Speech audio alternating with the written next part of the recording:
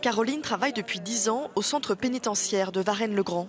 Chaque jour, elle doit gérer seule une cinquantaine de détenus hommes et les agressions dont elle est victime en tant que femme. Une souffrance au quotidien.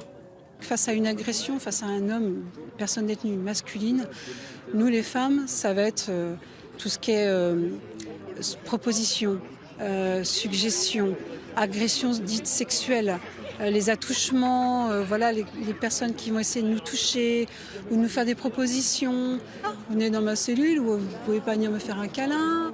Caroline a plusieurs fois porté plainte. Si elle déplore le manque de soutien de sa hiérarchie, elle peut compter sur celui de ses collègues. Nous, en tant que femmes, vous savez, quand on a un collègue homme à nos côtés, je peux vous assurer que franchement, ça vous rassure. Parce qu'on a des étages avec on va dire des profils de personnes détenues pas faciles à gérer.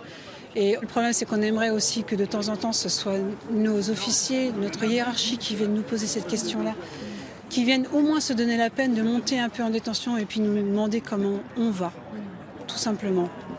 À ses côtés, Christelle fustige le manque de personnel qui a dégradé les conditions de travail depuis son arrivée en 2003. Moins on est de personnel, évidemment, plus il y a de risques. C'est vrai que quand il y a une intervention, les insultes, c'est tous les jours. Mais quand il y a vraiment une agression sur un personnel, moins on est de monde et c'est vrai que plus c'est difficile d'intervenir. Quand vous êtes agressé, comment vous vous défendez? On n'a pas grand-chose, on n'a qu'un sifflet. Et on a un émetteur qui déclenche une alarme qui n'est pas vraiment au point non plus, puisque ça met faut compter 1 minute avant que ce soit répercuté au PCI qui redonne après l'info. Donc c'est long, 1 minute. Et autrement, on n'a que nos petits points. On n'a que ça pour se défendre et un sifflet. Voilà. Depuis hier, Christelle, Caroline et leurs collègues ont déposé les clés des cellules et déserté leur poste. Un mouvement inédit à Varennes-le-Grand depuis 1992.